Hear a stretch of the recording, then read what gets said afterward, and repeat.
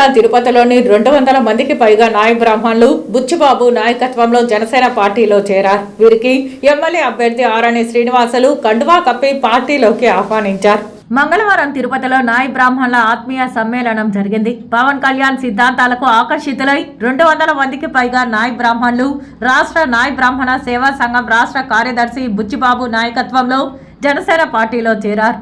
వీరికి ఎమ్మెల్యే అభ్యర్థి ఆరణి శ్రీనివాసులు కండువా కప్పి పార్టీలోకి ఆహ్వానించారు. ఈ సందర్భంగా బుచ్చిబాబు మాట్లాడుతూ రాష్ట్రంలో తొలిసారి జనసేనలోకి నాయ బ్రాహ్మణులు చేరారని పేర్కొన్నారు. పవన్ కళ్యాణ్ సిద్ధాంతాలు నచ్చి నాయ బ్రాహ్మణులు జనసేనలో చేరడం జరిగిందని అన్నారు.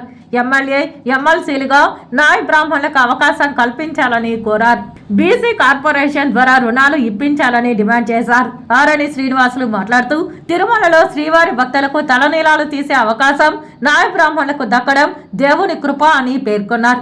తిరుపతిలో నాయ బ్రాహ్మణులకు కమ్యూనిటీ హాల్ అధికారంలోకి వచ్చిన వెంటనే నిర్మిస్తామని హామీ ఇచ్చారు.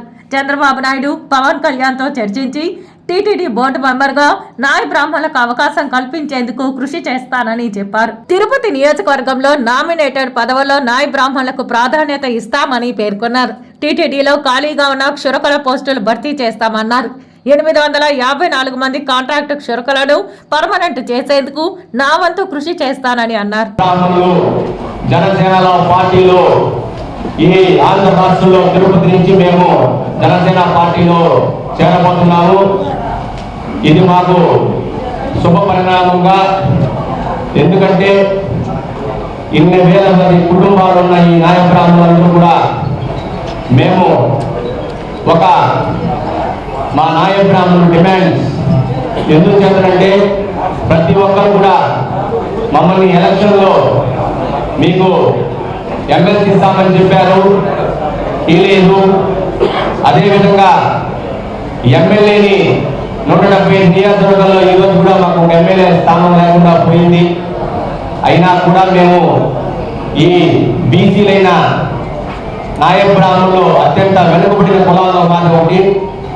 ఈరోజు మా వాళ్ళు కూడా చైతన్యవంతులయ్యి ఈ జనసేన పార్టీ తిరుపతి నుంచి ఆర్మీ శ్రీనివాసులు అన్నగారు, మీ నాయ బ్రాహ్మణులకి నేను భరోసాగా ఉంటాను, ఖచ్చితంగా మీరు అడిగిన కమ్యూనిటీ హాల్ని టీటీడీ బోర్డు మెంబర్గా మళ్ళా మాకు నాయ బ్రాహ్మణులకు అవకాశం కల్పించాలని, మళ్ళా మాకు కార్పొరేటర్లుగా ఈ యొక్క ఎమ్మెల్యేగా గెలిచిన వెంటనే మీరు ఎక్కడ పోటీ చేస్తారో అక్కడ మిమ్మల్ని కార్పొరేటర్లుగా దేవాదాయ ఆలయాల్లో బోర్డు మెంబర్లుగా మీకు రావాల్సిన బీసీ కార్పొరేషన్లో లోన్లు ఇంతకుముందు మన చంద్రబాబు నాయుడు గారు పెట్టిన పథకాన్ని వల్ల ఈ తిరుపతిలో నాయ బ్రాహ్మణులు ఎక్కువగా ఉన్నారు. బీసీ కార్పొరేషన్ వల్ల 5 నుంచి 10 లక్షల వరకు కూడా సబ్సిడీ విధానం ద్వారా నేను ఖచ్చితంగా పవన్ కళ్యాణ్ గారి దృష్టికి తీసుకెళ్ళి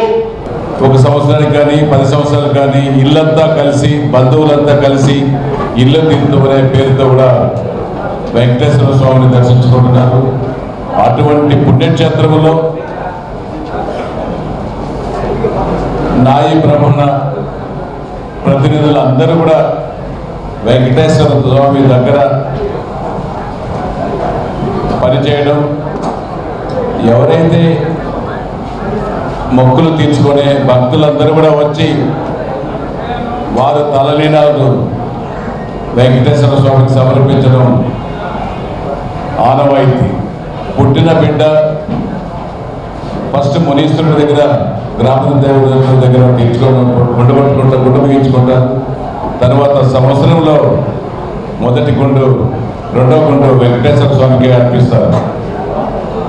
ఏ కష్టం వచ్చినా, ఏ బాధ కలిగినా, ఏదైనా దేవుడిని నమ్ముకొని పూజలు చేసి దేవుడు వరాలు ఇచ్చినా తలనీలాలు సమర్పిస్తారు. అటువంటి భక్తులు మీ దగ్గరికి వచ్చి మీ దగ్గరికి వచ్చి మీరు చేస్తేనే తలనీలాలు, ఆ చెవులు మీరు చేస్తేనే అది ఆ మహాభాగ్యం మీకే దక్కింది. ఇది గుర్తుపెట్టుకోవాల్సిన అవసరం ఇక్కడ ఉన్న నాయ బ్రాహ్మణ సోదరులందరూ కూడా గుర్తుపెట్టుకోవాలి.